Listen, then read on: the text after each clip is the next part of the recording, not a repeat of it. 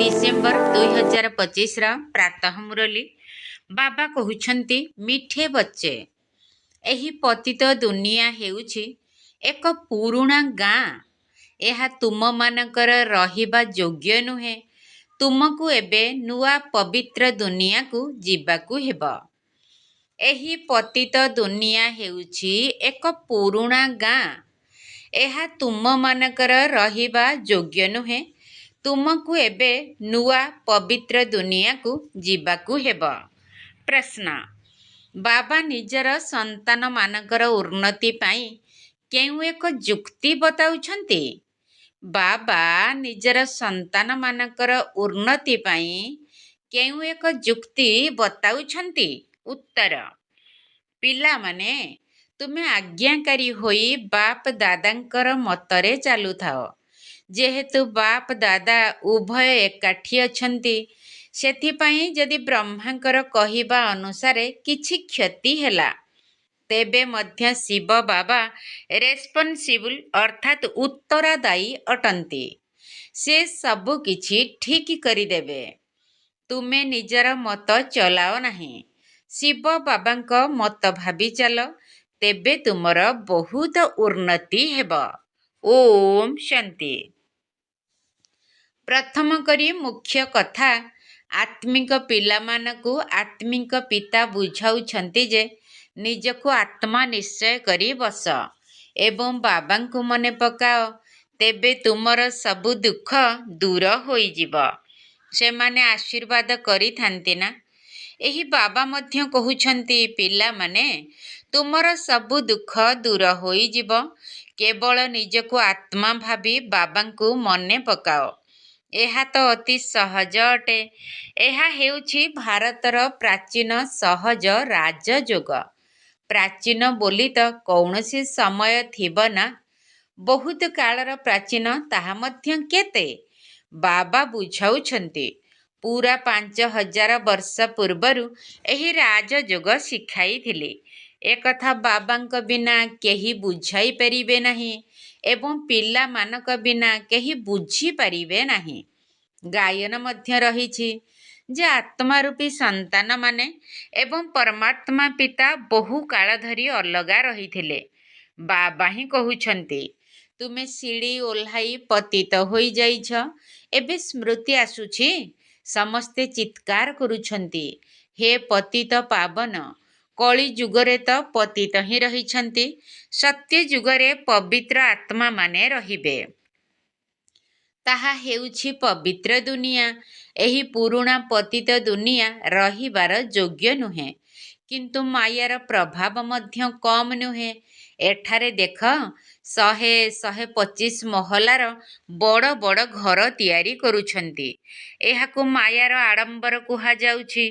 ମାୟାର ପ୍ରଭାବ ଏପରି ଯେ ତୁମେ ସ୍ୱର୍ଗକୁ ଯିବାକୁ କହିଲେ କହୁଛନ୍ତି, ଆମ ପାଇଁ ଏହିଠାରେ ହିଁ ସ୍ୱର୍ଗ ରହିଛି। ଏହାକୁ ମାୟାର ଚମତ୍କାର କୁହାଯାଉଛି। କିନ୍ତୁ ତୁମେ ଜାଣିଛ, ଏହା ଏକ ପୁରୁଣା ଗାଁ ଅଟେ। ଏହାକୁ ନର୍କ କୁହାଯାଏ। ପୁରୁଣା ଦୁନିଆ ମଧ୍ୟ ରୌରବ ନର୍କ ଅଟେ। ସତ୍ୟ ଯୁଗକୁ ସ୍ୱର୍ଗ କୁହାଯାଏ। ଏହି ଅକ୍ଷର ତ ରହିଛି ନା? ଏହାକୁ ସମସ୍ତେ ବିକାରୀ ଦୁନିଆ କହିବେ। ସ୍ୱର୍ଗ ନିର୍ବିକାରୀ ଦୁନିଆ ଥିଲା। ସ୍ୱର୍ଗକୁ କୁହାଯାଏ ନିର୍ବିକାରୀ ଦୁନିଆ, ନର୍କକୁ ବିକାରୀ ଦୁନିଆ କୁହାଯାଏ। ଏତେ ସହଜ କଥା କାହିଁକି କାହାରି ବୁଦ୍ଧିରେ ଆସୁନାହିଁ? ମନୁଷ୍ୟ କେତେ ଦୁଃଖୀ ହୋଇଯାଇଛନ୍ତି। କେତେ ଲଢ଼େଇ ଝଗଡ଼ା ଆଦି ହେଉଛି। ଦିନକୁ ଦିନ ବମ୍ ମଧ୍ୟ ଏପରି ତିଆରି କରୁଛନ୍ତି, ଯାହାକି ପଡ଼ିବା ମାତ୍ରେ ମନୁଷ୍ୟ ମୃତ୍ୟୁବରଣ କରିବେ। କିନ୍ତୁ ତୁଚ୍ଛ ବୁଦ୍ଧି ମନୁଷ୍ୟ ବୁଝୁନାହାନ୍ତି ଯେ ଏବେ କ'ଣ ହେବାକୁ ଯାଉଛି। ବାବାଙ୍କ ବିନା ଏହି କଥା କେହି ବୁଝାଇ ପାରିବେ ନାହିଁ। ଆଗକୁ କ'ଣ ହେବାକୁ ଯାଉଛି? ପୁରୁଣା ଦୁନିଆର ବିନାଶ ହେବ ଏବଂ ନୂଆ ଦୁନିଆର ସ୍ଥାପନା ମଧ୍ୟ ଗୁପ୍ତରେ ହେଉଛି। ତୁମମାନଙ୍କୁ କୁହାଯାଉଛି ଗୁପ୍ତ ସେନା। ଏକଥା କ'ଣ କାହାକୁ ଜଣାଅଛି ଯେ ତୁମେ ମଧ୍ୟ ଲଢ଼େଇ କରୁଛ? ତୁମର 5 ବିକାର ସହିତ ଲଢ଼େଇ ହେଉଛି। ସମସ୍ତଙ୍କୁ କହୁଛ ପବିତ୍ର ହୁଅ। ସମସ୍ତେ ଗୋଟିଏ ପିତାଙ୍କର ସନ୍ତାନ ଅଟନ୍ତି ନା? ପ୍ରଜାପିତା ବ୍ରହ୍ମାଙ୍କର ସନ୍ତାନ ସମସ୍ତେ ଭାଇ ଭଉଣୀ ହେଲେ ନା? ବୁଝାଇବା ନିମନ୍ତେ ବହୁତ ଯୁକ୍ତି ଆବଶ୍ୟକ। ପ୍ରଜାପିତା ବ୍ରହ୍ମାଙ୍କର ତ ଢେର ସନ୍ତାନ ଅଛନ୍ତି, ଜଣେ ନୁହେଁ। ପ୍ରଜାପିତା ବୋଲି କୁହାଯାଉଛି ନା। ଲୌକିକ ପିତାଙ୍କୁ କେବେ ପ୍ରଜାପିତା କୁହାଯିବ ନାହିଁ। ପ୍ରଜାପିତା ବ୍ରହ୍ମା ହୋଇଥିବାରୁ ତାଙ୍କର ସମସ୍ତ ସନ୍ତାନ ପରସ୍ପର ମଧ୍ୟରେ ଭାଇ ଭଉଣୀ। ବ୍ରହ୍ମା କୁମାର କୁମାରୀ ଅଟନ୍ତି ନା, କିନ୍ତୁ ବୁଝୁନାହାନ୍ତି। ଯେପରି ପଥର ବୁଦ୍ଧିଯୁକ୍ତ ଅଟନ୍ତି, ବୁଝିବାକୁ ଚେଷ୍ଟା ମଧ୍ୟ କରୁନାହାନ୍ତି। ପ୍ରଜାପିତା ବ୍ରହ୍ମାଙ୍କର ସନ୍ତାନ ସମସ୍ତେ ଭାଇ ଭଉଣୀ ହୋଇଗଲେ ବିକାରଗ୍ରସ୍ତ ତ ହୋଇପାରିବେ ନାହିଁ। ତୁମର ବୋର୍ଡରେ ମଧ୍ୟ ପ୍ରଜାପିତା ଅକ୍ଷର ରହିବା ବହୁତ ଜରୁରୀ। ଏହି ଅକ୍ଷର ନିଶ୍ଚୟ ରହିବା ଉଚିତ। କେବଳ ବ୍ରହ୍ମା ଲେଖିବା ଦ୍ୱାରା ଏତେ ପ୍ରଭାବଶାଳୀ ହେଉନାହିଁ। ତେଣୁ ବୋର୍ଡରେ ମଧ୍ୟ ସଠିକ୍ ଅକ୍ଷର ଲେଖି ସୁଧାରିବାକୁ ହେବ। ଏହା ହେଉଛି ବହୁତ ଜରୁରୀ ଅକ୍ଷର। ସ୍ତ୍ରୀ ଲୋକମାନଙ୍କର ନାମ ମଧ୍ୟ ବ୍ରହ୍ମା ଅଛି। ନାମ ଯଦି ମନକୁ ନ ଆସୁଛି, ପୁରୁଷଙ୍କ ନାମ ମଧ୍ୟ ସ୍ତ୍ରୀମାନଙ୍କୁ ଦେଇ ଦେଉଛନ୍ତି। ଏତେ ନାମ ଆଣିବେ କେଉଁଠୁ? ଏସବୁ ଡ୍ରାମା ପ୍ଲାନ୍ ଅନୁସାରେ ହେଉଛି। ବାବାଙ୍କର ବିଶ୍ୱସ୍ତ ଆଜ୍ଞାକାରୀ ହେବା କୌଣସି ମାଉସୀ ଘର କଥା ନୁହେଁ। ବାବା ଏବଂ ଦାଦା ଉଭୟ ଏକତ୍ର ଅଛନ୍ତି ନା। ବୁଝିପାରୁନାହାନ୍ତି ଯେ ଇଏ କିଏ। ସେଥିପାଇଁ ଶିବ ବାବା କହୁଛନ୍ତି, ମୋର ଆଜ୍ଞାକୁ ମଧ୍ୟ କେହି ବୁଝିପାରୁନାହାନ୍ତି।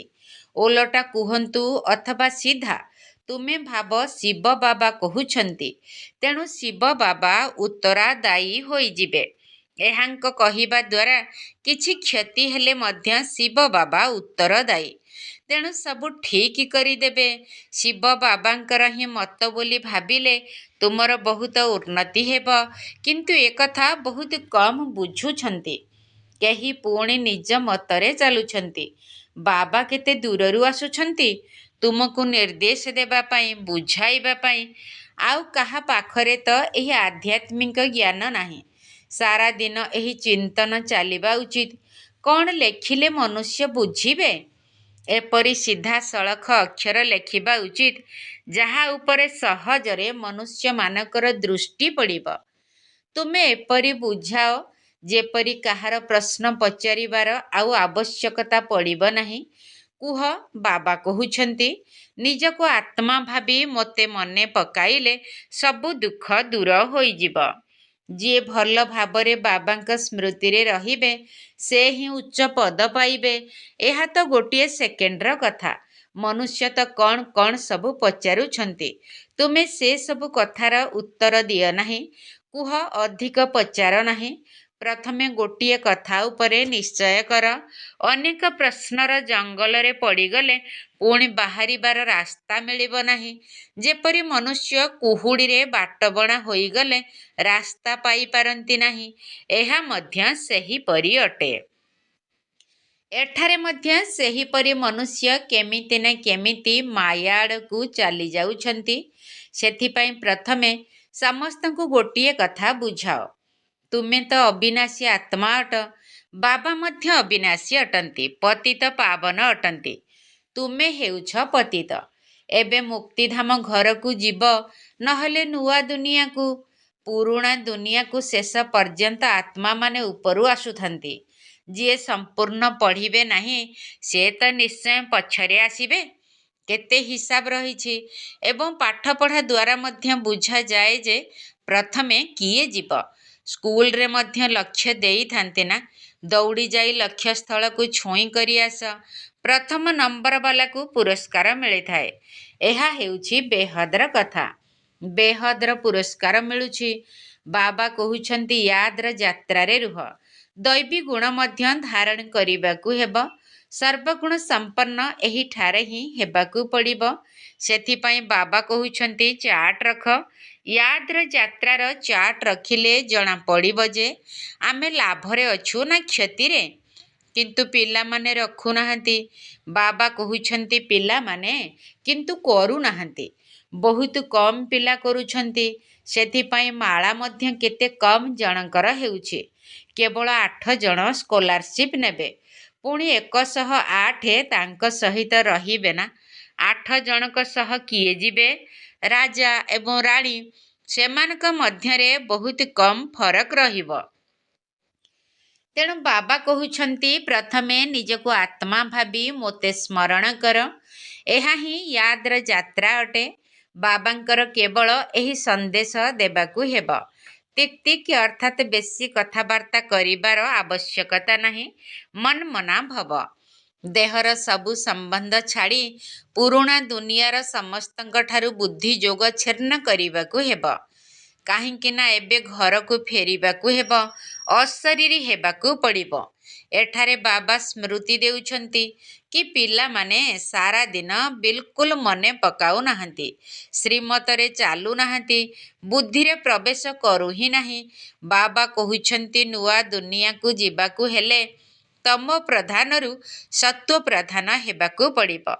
ବାବା ଆମକୁ ରାଜ୍ୟ ଭାଗ୍ୟ ଦେଇଥିଲେ। ଆମେ ପୁଣି 84 ଜନ୍ମ ନେଇ କ୍ରମଶଃ ସବୁ କିଛି ହରାଇଦେଲୁ। ଲକ୍ଷ ଲକ୍ଷ ବର୍ଷର କଥା ନୁହେଁ। ବହୁତ ସନ୍ତାନ ଅଲଫଙ୍କୁ ଅର୍ଥାତ୍ ପରମ ପିତା ଶିବ ବାବାଙ୍କୁ ନ ଜାଣିବା କାରଣରୁ ବହୁତ ପ୍ରଶ୍ନ ପଚାରୁଛନ୍ତି। ବାବା କହୁଛନ୍ତି ପ୍ରଥମେ ମୋତେ ମନେ ପକାଅ, ତେବେ ପାପ କଟିଯିବ ଏବଂ ଦୈବୀ ଗୁଣ ଧାରଣ କଲେ ଦେବତା ହୋଇଯିବ। ଆଉ କିଛି ପଚାରିବାର ଆବଶ୍ୟକତା ନାହିଁ। ମୂଳ କଥା ନ ବୁଝି ଅନ୍ୟ ବିଷୟରେ ଅଧିକା ଆଲୋଚନା କରିବା ଦ୍ୱାରା ନିଜେ ମଧ୍ୟ ଦ୍ୱନ୍ଦ୍ୱରେ ପଡ଼ି ବିରକ୍ତ ହୋଇଯାଉଛନ୍ତି। ବାବା କହୁଛନ୍ତି ପ୍ରଥମେ ବାବାଙ୍କୁ ଜାଣିଲେ ସବୁ କିଛି ଜାଣିଯିବ। ମୋ ଦ୍ୱାରା ମୋତେ ଜାଣିଲେ ତୁମେ ସବୁ କିଛି ଜାଣିଯିବ। ବାକି ଆଉ କିଛି ଜାଣିବାକୁ ବାକି ରହିବ ନାହିଁ। ସେଥିପାଇଁ 7 ଦିନ ରଖାଯାଉଛି। 7 ଦିନରେ ବହୁତ କିଛି ବୁଝିପାରିବେ, କିନ୍ତୁ ବୁଝିଲା ବାଲା କ୍ରମାନ୍ୱୟରେ ରହିବେ। କେହି କେହି ତ କିଛି ହେଲେ ମଧ୍ୟ ବୁଝୁନାହାନ୍ତି। ସିଏ କି ରାଜାରାଣୀ ହେବେ? ଜଣଙ୍କ ଉପରେ କ'ଣ ରାଜତ୍ୱ କରିବେ? ପ୍ରତ୍ୟେକଙ୍କୁ ନିଜର ପ୍ରଜା ପ୍ରସ୍ତୁତ କରିବାକୁ ହେବ। ସମୟ ବହୁତ ନଷ୍ଟ କରୁଛନ୍ତି। ବାବା ସେମାନଙ୍କୁ ବିଚରା ବୋଲି କହୁଛନ୍ତି। ଯିଏ ଯେତେ ବଡ଼ ପଦାଧିକାରୀ ହୋଇଥାନ୍ତୁ ପଛେ, ବାବା କିନ୍ତୁ ଜାଣିଛନ୍ତି ଏସବୁ ମାଟିରେ ମିଶିଯିବ। ବାକି ଅଳ୍ପ ସମୟ ଅଛି। ବିନାଶ କାଳେ ବିପରୀତ ବୁଦ୍ଧି ବାଲାଙ୍କର ବିନାଶ ହେବ। ଆମ ଆତ୍ମାମାନଙ୍କର କେତେ ପ୍ରୀତିପୂର୍ଣ୍ଣ ବୁଦ୍ଧି ରହିଛି, ତାହା ତ ବୁଝି ହେଉଛି କି? କେହି କେହି କହୁଛନ୍ତି 1 ଘଣ୍ଟା 2 ଘଣ୍ଟା ବାବାଙ୍କ ସ୍ମୃତି ରହିଛି। କ'ଣ ଲୌକିକ ପିତାଙ୍କ ସହିତ ତୁମେ ଘଣ୍ଟାଏ 2 ଘଣ୍ଟା ପାଇଁ ପ୍ରୀତି ରଖୁଛ? ସାରା ଦିନ ବାବା ବାବା କହିଥାଅ। ଏଠାରେ ବାବା ବାବା କହିଲେ ମଧ୍ୟ ସେଭଳି ଗଭୀର ପ୍ରୀତି ନାହିଁ। ବାରମ୍ବାର କହୁଛନ୍ତି ଶିବ ବାବାଙ୍କୁ ମନେ ପକାଇ ଚାଲ।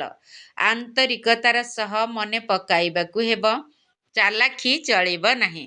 ଅନେକ ଅଛନ୍ତି ଯିଏକି କହୁଛନ୍ତି ମୁଁ ଶିବ ବାବାଙ୍କୁ ବହୁତ ମନେ ପକାଉଛି, ତେବେ ତ ଉଡ଼ିବା ଦରକାର।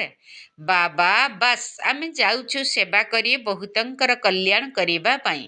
ଆମେ ସେବା କରିବାକୁ ଯାଉଛୁ। ଯେତେ ଅନେକକୁ ସନ୍ଦେଶ ଦେବ ସେତେ ୟାଦରେ ରହିବ। ଅନେକ କନ୍ୟାମାନେ କହୁଛନ୍ତି ବନ୍ଧନ ରହିଛି। ଆରେ ସାରା ଦୁନିଆର ତ ବନ୍ଧନ ରହିଛି। ବନ୍ଧନକୁ ଯୁକ୍ତିର ସହିତ କାଟିବାକୁ ହେବ। ବହୁତ ଯୁକ୍ତି ରହିଛି। ଧରିନିଅ କାଲି ମରିଯିବ, ପିଲାଙ୍କୁ ପୁଣି କିଏ ସମ୍ଭାଳିବ? ନିଶ୍ଚୟ କେହି ନା କେହି ସମ୍ଭାଳିବା ନିମନ୍ତେ ବାହାରି ପଡ଼ିବେ। ଅଜ୍ଞାନ କାଳରେ ତ ଦ୍ୱିତୀୟ ବିବାହ କରିନିଅନ୍ତି। ବର୍ତ୍ତମାନ ତ ବିବାହ ମଧ୍ୟ ସଙ୍କଟ ଅଟେ। କାହାକୁ କିଛି ପଇସା ଦେଇ କୁହ ପିଲାମାନଙ୍କୁ ସମ୍ଭାଳ। ତୁମର ଏହା ମରଯିବା ଜନ୍ମ ଅଟେ ନା। ଯଦି ମରିଗଲ ପୁଣି ପଛରେ କିଏ ସମ୍ଭାଳିବ? ତେଣୁ ନିଶ୍ଚୟ ନର୍ସ ରଖିବାକୁ ପଡ଼ିବ। ପଇସା ଦ୍ୱାରା କ'ଣ ନ ହୋଇପାରିବ? ବନ୍ଧନମୁକ୍ତ ନିଶ୍ଚୟ ହେବାକୁ ପଡ଼ିବ। ସେବାର ସଉକ ଥିଲେ ସ୍ୱତଃ ପଳାଇ ଆସିବେ। ଦୁନିଆରୁ ମରିଯାଇଛ ନା। ଏଠାରେ ତ ବାବା କହୁଛନ୍ତି ମିତ୍ର ସମ୍ବନ୍ଧୀମାନଙ୍କର ମଧ୍ୟ ଉଦ୍ଧାର କର। ସମସ୍ତଙ୍କୁ ସନ୍ଦେଶ ଦେବାକୁ ହେବ। ମନ ମନା ଭବ। ତେବେ ତମ ପ୍ରଧାନରୁ ସତ୍ୱ ପ୍ରଧାନ ହୋଇଯିବ। ଏ କଥା ବାବା ହିଁ କହୁଛନ୍ତି। କି ଅନ୍ୟ ଧର୍ମ ସ୍ଥାପକ ମାନେ ତ ଉପରୁ ଆସୁଛନ୍ତି। ତାଙ୍କ ଅନୁଗାମୀ ମଧ୍ୟ ତାଙ୍କ ପଛରେ ଆସିବେ। ଯେପରି ଖ୍ରୀଷ୍ଟ ସମସ୍ତଙ୍କୁ ପରମ ଧାମରୁ ତଳକୁ ନେଇ ଆସୁଛନ୍ତି। ତଳେ ଅଭିନୟ କରି କରି ଯେବେ ଅଶାନ୍ତ ହୋଇ ପଡ଼ୁଛନ୍ତି, ତେବେ କହୁଛନ୍ତି ଆମର ଶାନ୍ତି ଦରକାର। ଶାନ୍ତିରେ ତ ବସିଥିଲେ, ପୁଣି ଧର୍ମ ସ୍ଥାପକଙ୍କ ପଛରେ ଆସିବାକୁ ପଡ଼ୁଛି। ପୁଣି କହୁଛନ୍ତି, ହେ ପତିତ ପାବନ ଆସ। କିପରି ଖେଳ ତିଆରି ହୋଇଛି। ଧର୍ମ ସ୍ଥାପକମାନେ ଶେଷରେ ଆସି ଲକ୍ଷ୍ୟ ନେବେ, ଅର୍ଥାତ୍ ସାରାଂଶ ଜାଣିବେ। ପିଲାମାନେ ଏସବୁ ସାକ୍ଷାତକାର କରିଛନ୍ତି। ମନ ମନ ଭବର ଲକ୍ଷ୍ୟ ଆସି ନେବେ। ଏବେ ତୁମେ ଭିକାରୀରୁ ରାଜକୁମାର ହେଉଛ। ବର୍ତ୍ତମାନ ଯିଏ ସାହୁକାର, ସେମାନେ ଧନହୀନ ହୋଇଯିବେ। ଆଶ୍ଚର୍ଯ୍ୟ ଅଟେ। ଏହି ଖେଳକୁ ଟିକିଏ ହେଲେ କେହି ଜାଣିନାହାନ୍ତି। ସମ୍ପୂର୍ଣ୍ଣ ରାଜଧାନୀ ସ୍ଥାପନ ହେଉଛି। କେହି ପୁଣି ଗରିବ ହେବେ ନା। ଏହାକୁ ଦୂରଦର୍ଶୀ ବୁଦ୍ଧି ଦ୍ୱାରା ବୁଝିବାକୁ ହେବ। ପଛକୁ ସବୁ ସାକ୍ଷାତକାର ହେବ। ଆମେ କିପରି ଟ୍ରାନ୍ସଫର ହେଉଛୁ। ତୁମେ ନୂଆ ଦୁନିଆ ପାଇଁ ପାଠ ପଢ଼ୁଛ, ଏବେ ସଙ୍ଗମରେ ଅଛ। ପାଠ ପଢ଼ି ପାସ୍ କଲେ ଦୈବୀ କୂଳକୁ ଯିବ, ଏବେ ବ୍ରାହ୍ମଣ କୂଳରେ ଅଛ। ଏହି କଥା କେହି ବୁଝିପାରନ୍ତି ନାହିଁ। ଭଗବାନ ପଢ଼ାଉଛନ୍ତି, ଏକଥା ଟିକିଏ ହେଲେ କାହାରି ବୁଦ୍ଧିରେ ପଶୁନାହିଁ। ନିରାକାର ଭଗବାନ ନିଶ୍ଚୟ ଆସିବେ ନା। ଏହି ଡ୍ରାମା ବହୁତ ଆଶ୍ଚର୍ଯ୍ୟଜନକ ଭାବରେ ତିଆରି ହୋଇଛି। ଏହାକୁ ତୁମେ ଜାଣିଛ ଏବଂ ଅଭିନୟ କରୁଛ। ତ୍ରିମୂର୍ତ୍ତି ଚିତ୍ର ବିଷୟରେ ମଧ୍ୟ ବୁଝାଇବାକୁ ହେବ। ବ୍ରହ୍ମାଙ୍କ ଦ୍ୱାରା ସ୍ଥାପନା, ବିନାଶ ତ ସ୍ୱତଃ ହିଁ ହେବ। କେବଳ ନାମ ରଖି ଦେଇଛନ୍ତି ଶଙ୍କରଙ୍କ ଦ୍ୱାରା ବିନାଶ। ଏହିପରି ଡ୍ରାମା ମଧ୍ୟ ତିଆରି ହୋଇଛି। ମୁଖ୍ୟ କଥା ହେଉଛି, ନିଜକୁ ଆତ୍ମା ଭାବି ବାବାଙ୍କୁ ମନେ ପକାଇଲେ କଳଙ୍କ ଛାଡ଼ିଯିବ। ସ୍କୁଲରେ ଯେତେ ଭଲ ଭାବରେ ପଢ଼ିବ, ସେତେ ଅଧିକ ଆମଦାନୀ ହେବ। ତୁମକୁ 21 ଜନ୍ମ ନିମନ୍ତେ ସ୍ୱାସ୍ଥ୍ୟ ଓ ସମ୍ପତ୍ତି ମିଳୁଛି। ଏହା କ'ଣ କମ୍ କଥା? ଏଠାରେ ସମ୍ପତ୍ତି ଥିଲେ ମଧ୍ୟ ଆଉ ସମୟ ନାହିଁ ଯେ ପୁଅ ନାତି ଖାଇପାରିବେ। ବାବା ସବୁକିଛି ଏହି ସେବାରେ ଲଗାଇ ଦେବା ଦ୍ୱାରା କେତେ ଜମା ହୋଇଗଲା। ସମସ୍ତଙ୍କର କ'ଣ ଜମା ହୋଇଥାଏ? ଏତେ ସବୁ ଲକ୍ଷପତି ଅଛନ୍ତି, ସେମାନଙ୍କର ପଇସା କାମରେ ଆସିବ ନାହିଁ। ବାବା ନେବେ ହିଁ ନାହିଁ, ଯାହାକୁ କି ପ୍ରତିଦାନରେ ପୁଣି ଦେବାକୁ ପଡ଼ିବ। ଆଚ୍ଛା, ମିଠା ମିଠା ଶିଖିଲ ଦେ ସନ୍ତାନମାନଙ୍କ ପ୍ରତି ମାତାପିତା ବାପ ଦାଦାଙ୍କର ମଧୁର ସ୍ନେହ ସମ୍ପନ୍ନ ଶୁଭେଚ୍ଛା ଏବଂ ସୁପ୍ରଭାତ। ଆତ୍ମିକ ପିତାଙ୍କର ଆତ୍ମିକ ସନ୍ତାନମାନଙ୍କୁ ନମସ୍ତେ। ଆମ ଆତ୍ମିକ ସନ୍ତାନମାନଙ୍କର ଆତ୍ମିକ ବାପ ଦାଦାଙ୍କୁ ନମସ୍ତେ, ନମସ୍ତେ, ନମସ୍ତେ ଏବଂ ସୁପ୍ରଭାତ। ଧାରଣା ପାଇଁ ମୁଖ୍ୟ ସାର। ପ୍ରଥମ ପଏଣ୍ଟ, ନିଜର ବନ୍ଧନ ଗୁଡ଼ିକୁ କାଟିବାର ଉପାୟ ରଚନା କରିବାକୁ ହେବ। ଅତ୍ୟନ୍ତ ଘନିଷ୍ଠ ବାବାଙ୍କ ସହିତ ଗଭୀର ସ୍ନେହ ରଖିବାକୁ ହେବ। ବାବାଙ୍କର ସନ୍ଦେଶ ସମସ୍ତଙ୍କୁ ଦେଇ ସମସ୍ତଙ୍କର କଲ୍ୟାଣ କରିବାକୁ ହେବ। ନିଜର ବନ୍ଧନ ଗୁଡ଼ିକୁ କାଟିବାର ଉପାୟ ରଚନା କରିବାକୁ ହେବ। ଅତ୍ୟନ୍ତ ଘନିଷ୍ଠ ବାବାଙ୍କ ସହିତ ଗଭୀର ସ୍ନେହ ରଖିବାକୁ ହେବ। ବାବାଙ୍କର ସନ୍ଦେଶ ସମସ୍ତଙ୍କୁ ଦେଇ ସମସ୍ତଙ୍କର କଲ୍ୟାଣ କରିବାକୁ ହେବ। ଦ୍ୱିତୀୟ ପଏଣ୍ଟ, ଦୂରଦର୍ଶୀ ବୁଦ୍ଧି ଦ୍ୱାରା ଏହି ବେହଦର ଖେଳକୁ ବୁଝିବାକୁ ହେବ। ଭିକାରୀରୁ ରାଜକୁମାର ହେବାର ପାଠପଢ଼ା ପ୍ରତି ପୂରା ଧ୍ୟାନ ଦେବାକୁ ପଡ଼ିବ। ଦୈନନ୍ଦିନ ଯୋଗର ଚାର୍ଟ ରଖିବାକୁ ହେବ। ଦୂରଦର୍ଶୀ ବୁଦ୍ଧି ଦ୍ୱାରା ଏହି ବେହଦର ଖେଳକୁ ବୁଝିବାକୁ ହେବ। ଭିକାରୀରୁ ରାଜକୁମାର ହେବାର ପାଠପଢ଼ା ପ୍ରତି ପୂରା ଧ୍ୟାନ ଦେବାକୁ ପଡ଼ିବ। ଦୈନନ୍ଦିନ ଯୋଗର ଚାର୍ଟ ରଖିବାକୁ ହେବ। ବରଦାନ, ସଂକଳ୍ପ ରୂପୀ ବୀଜକୁ କଲ୍ୟାଣକାରୀ ଶୁଭ ଭାବନାରେ ଭରପୁର ରଖୁଥିବା ବିଶ୍ୱ କଲ୍ୟାଣକାରୀ ହୁଅ। ସଂକଳ୍ପ ରୂପୀ ବୀଜକୁ କଲ୍ୟାଣକାରୀ ଶୁଭ ଭାବନାରେ ଭରପୁର ରଖୁଥିବା ବିଶ୍ୱ କଲ୍ୟାଣକାରୀ ହୁଅ।